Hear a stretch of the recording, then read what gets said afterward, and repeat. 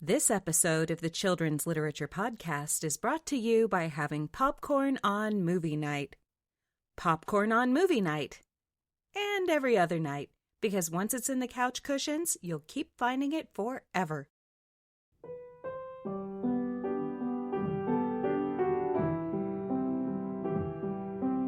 Welcome to the Children's Literature Podcast. I'm your host, TQ Townsend.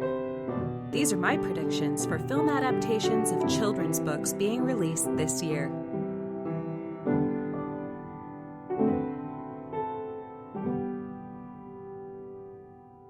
There are only 4 big screen movies coming out this year that are based on books for children. Well, 2 are based on books for children, and 1 is based on a character from books for children, and 1 is based on something that only the cleverest and nerdiest of teenagers would read. I want to look ahead at these films and share a few thoughts and predictions. After the films have come out, we'll come back and see if I was right or wrong. The first adaptation of a children's story this year will be Harold and the Purple Crayon, which comes out in August. I want to be open-minded about this one, which is based on the beloved 1955 picture book by Crockett Johnson. Harold and the Purple Crayon is an imaginative, visual book in which a little boy literally creates his own world. Harold draws his own adventures, then tucks himself into bed when it's all done. This story was adapted into a cartoon just 4 years after it was published.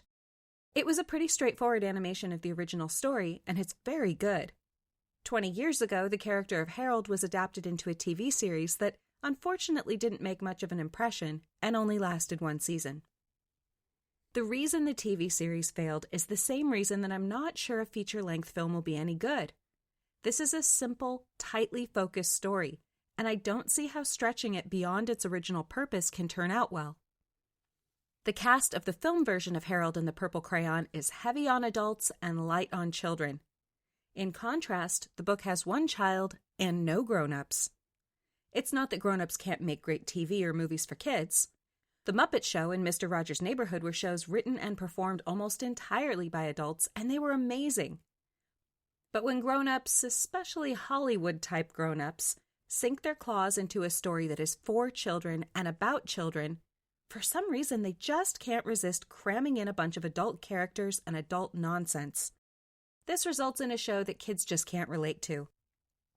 When How the Grinch Stole Christmas got its first big screen adaptation, we were all treated to a really awkward love story between Jim Carrey in a terrifying costume and a lady from Whoville who is attracted to him for some reason. The feature-length adaptation of Where the Wild Things Are was also really dissatisfying.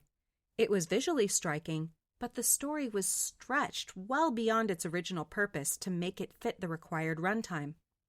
This resulted in a sad, boring, forgettable film.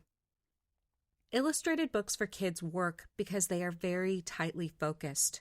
Cramming a love story into How the Grinch Stole Christmas, or exploring the social dynamics of the wild things and Where the Wild Things Are, is a bunch of grown-up nonsense. I hope I'm wrong, but I worry that Harold and the Purple Crayon will be similarly overstuffed. An adult could perhaps act as a narrator, or do some character voices if any of Harold's creations come to life. But I'm discouraged by the fact that none of the starring roles are played by children. I hope I'm wrong, but I suspect that this film will prioritize adult actors, adult characters, and adult concerns, instead of centering the story around the people it was intended for: children. The remaining 3 films based on books for kids come out at the end of the year, which makes sense as the Christmas season is when family films are the most popular. Paddington in Peru adds a 3rd film to the Paddington franchise.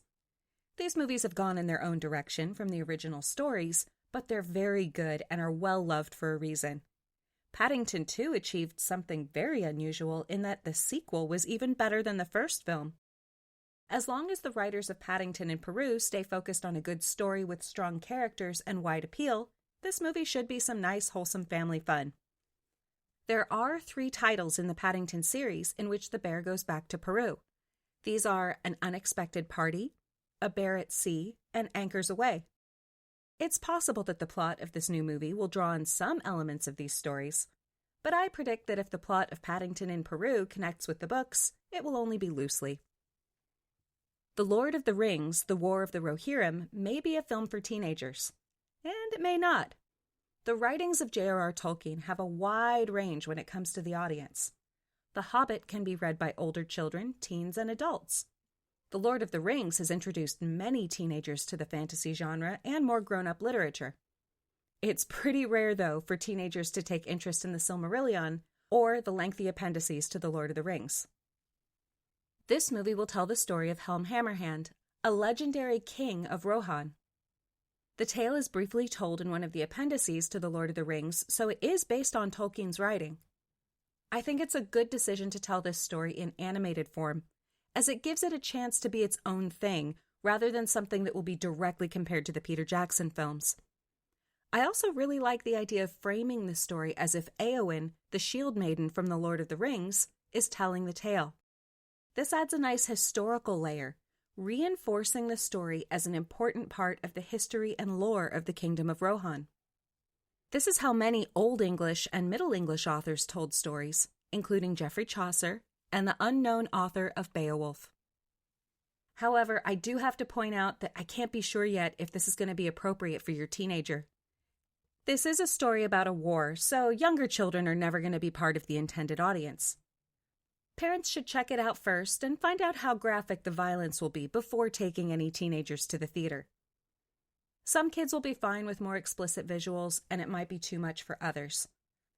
I predict that The War of the Rohirrim will be very good and a much-needed palate cleanser after what's been done with Tolkien adaptations since the Peter Jackson films came out 20 years ago. I'm very much looking forward to seeing The Best Christmas Pageant Ever. I love this book, as you'll know if you listened to episode 106 back in December. This book isn't about the Christian religion exactly, but rather what happens when principles Christians are supposed to follow, like kindness, forgiveness, inclusion, and patience, are tested to the extreme by the world's worst-behaved children. All readers, religious or not, will recognize the struggles and frustrations that come with having to deal with certain people in the community. I'm pretty optimistic about The Best Christmas Pageant Ever, as it's being directed by a guy with a background in Christian film. That means he'll understand the particular quirks of Christian congregations and be able to bring them to life with accuracy and, I hope, all the humor that's in the book. I hope the script has kept the character of Beth Bradley as a narrator, because hearing the story from the perspective of a child is the main reason it's so funny. I hope they don't soften the characters of the Herdmans at all. They need to be awful. Really, truly awful. And like I said before, as long as an adaptation stays focused on the kids and doesn't cram in a bunch of adult nonsense, I think this will be a fun time at the movies. I hope a lot of families have a fun time seeing it and that a new generation of kids get introduced to this very funny, very enjoyable book. So those are my predictions. After these films come out, I want to come back and see if I was right or wrong. But what do you think? Do you have any different predictions? Let me know. You've been listening to the Children's Literature Podcast. Please subscribe and give the show a rating. Send comments to letters@childrensliteraturepodcast.com. I'm your host, TQ Townsend. Thanks for listening.